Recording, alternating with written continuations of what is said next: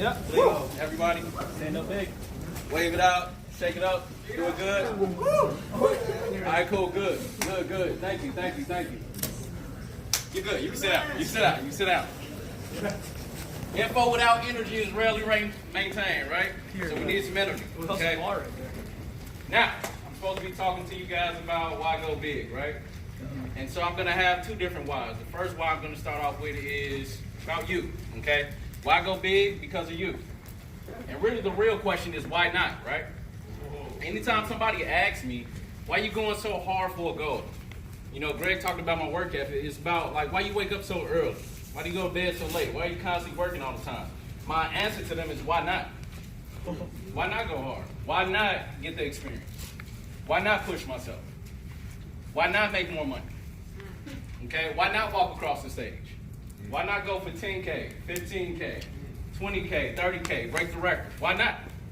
What do I have to lose by going big? Okay? So the saying is, if not you, then who? And if you're not going to go big now, then tell me when you're going to go big.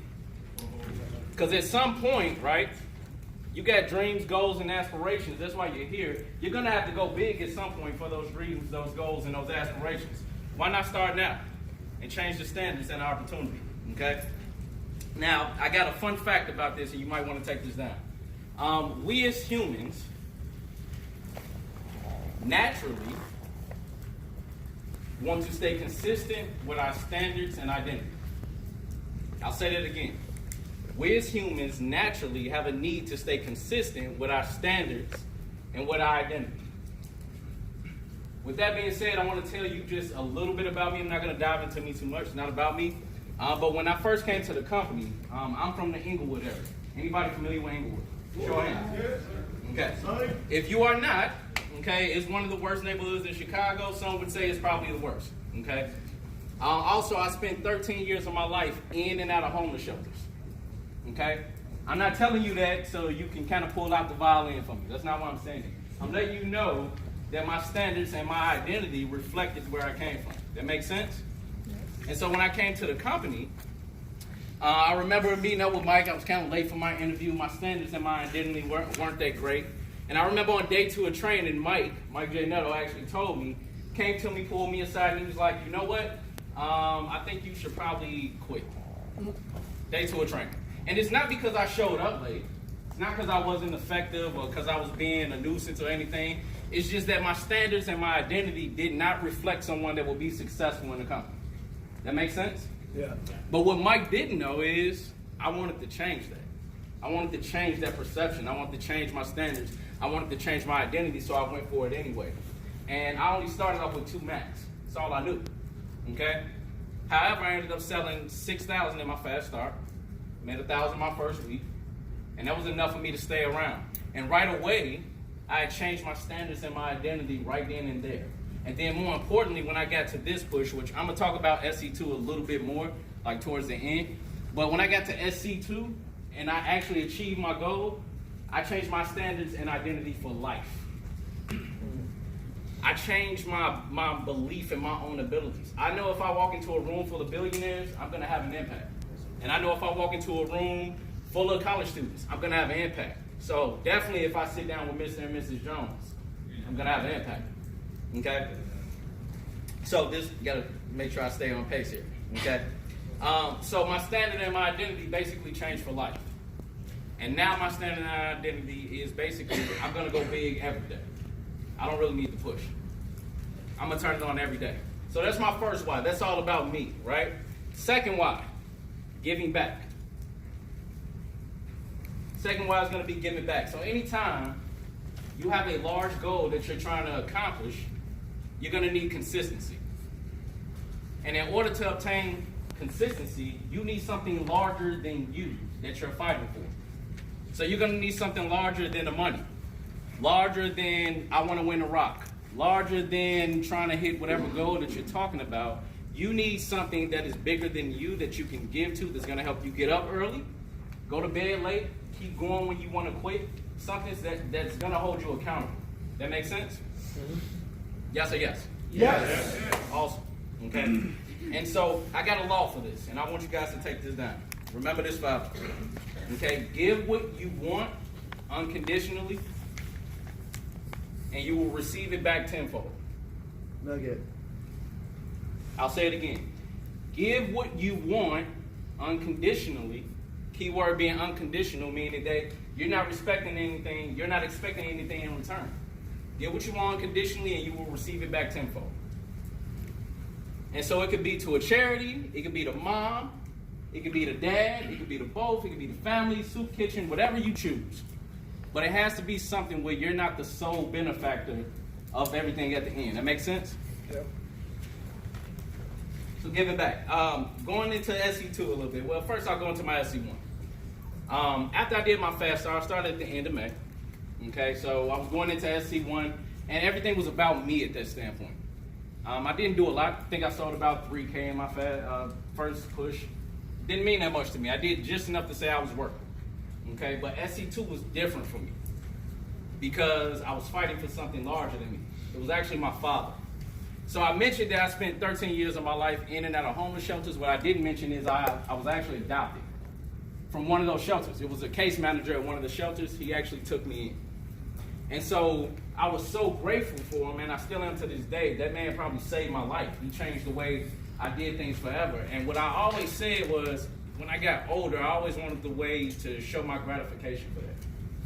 Like, I felt like I owed him a lot. And so going into SC2, I remember sitting down with Mike, and he was like, hey, look, we got to get a Y going. We got to get some Ys going that's bigger than you, outside of you. And I said, aha, bingo. I know exactly what I'm going to do. I'm going to go for my father. I want to do something for my father. So in true builder fashion, any builders in the room? Builders, CBI? Okay. In true builder fashion, before I booked any demos, before I did anything, I hopped on the phone and called my father. And I was like, dude, 2 weeks. After I'm done working really hard, I won't be able to talk to you after 2 weeks. I'm taking you out, so don't plan nothing. And he was like, okay. So now my word was on the line. I hadn't booked any appointments, but my word was on the line. And so basically, after I did that, I knew my goal was to take him out, and I needed about $500 or so. My father had expensive taste. Okay. So I knew I needed about $500. Now I know I'm not gonna sell just enough to make $500. Because it has to go back to that unconditional. I don't want to make just enough, spend the $500 and be worried and broke after, right?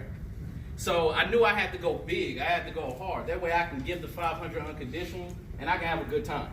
Okay? So I wanted to go all out for it. And, okay. So I'm saying on this. Okay? So as I said earlier, why not? Now, what you should know is 2 days before the push started, my car broke down. Awesome, right? I booked up 38 appointments. I was still going. And car broke down. So I had to cancel half of my appointments. By this time, I kind of ran through a lot of the money I had. So I didn't really have money to be like paying people to drive me back and forth and all over. This is where the why really comes in handy. This is where you're really going to need it. I did what already? I gave my word to my father, right? So my name was on the line at this point. So what I ended up doing, I remember going to Mike. And I was like, dude, look, I stay in Madison. It's 400 houses in my subdivision. You gotta go let me talk to him. I was like, I know we're not supposed to do door to door. We don't need to do any of that. I know there's no script for it. You don't gotta give me base pay. You gotta let me go for it though. I'll make my own script. I'm going to talk to him. I gotta do something for my father. And he's like, sure, go for it. I went to all 400 plus of those houses. I rung every single doorbell. Did it on foot. And every single appointment, I was talking to him about my whys. Yeah, I talked about wanting to get the rock. I talked about hitting my personal goals. I talked about getting a presidential letter, and all that was fine. But more importantly, I talked about my father. And so make sure you guys talk about your whys. Because when I talked about that on those appointments, they felt it. I promise you, if I was selling paper clips and whiteout, they'd have bought some. They wanted to support me. They wanted to be a part of that why. Okay? So the end result, and in the long run, what it would end it all, I sold like 12.6. 12.6K. Yeah. So I ended up hitting my goal. I walked across the stage with some of the best. That felt amazing. I made a lot of money. That felt amazing. But more importantly, I took my father out. Yeah. And we spent all 500 of those dollars. And I created one of the most memorable experiences that I ever had in my life. And I felt like I did that for him too. Something you should know, he adopted 3 other boys. It was 4 of us total. 2 of them were older than me. None of them were able to do this. I was the one to do it. And not that it's a competition or anything like that, but it felt really good to be able to do that for him. And so what I'm saying is because of those whys and because of that push, I changed my standard and my identity forever. Everybody with me? Yeah. Yes. You're awesome. Okay. So in conclusion, I just want to give you guys this. Take this down. Okay. Willpower doesn't always last, but your rituals and whys do. One more time. Willpower does not always last, but your rituals and your whys do. And so I'm going to say this and then I'm going to let you guys go. It's 2 different types of pain. You don't got to take this down. If you want, you can take it down, but I just want you to think about it. 2 different types of pain. You got the pain of discipline and you got the pain of regret. Huge nugget. Nugget. Ask yourself which one you want to experience. Thank you.